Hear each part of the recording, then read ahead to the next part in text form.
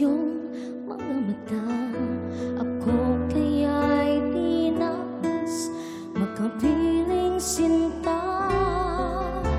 Ako ngayon hindi mapanagan, pagkat ang puso ko nalulumban.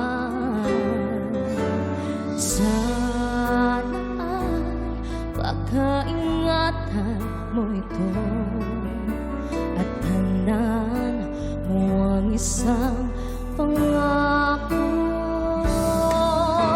Pangako, hindi kita iiwan. Pangako, di ko pababayaan.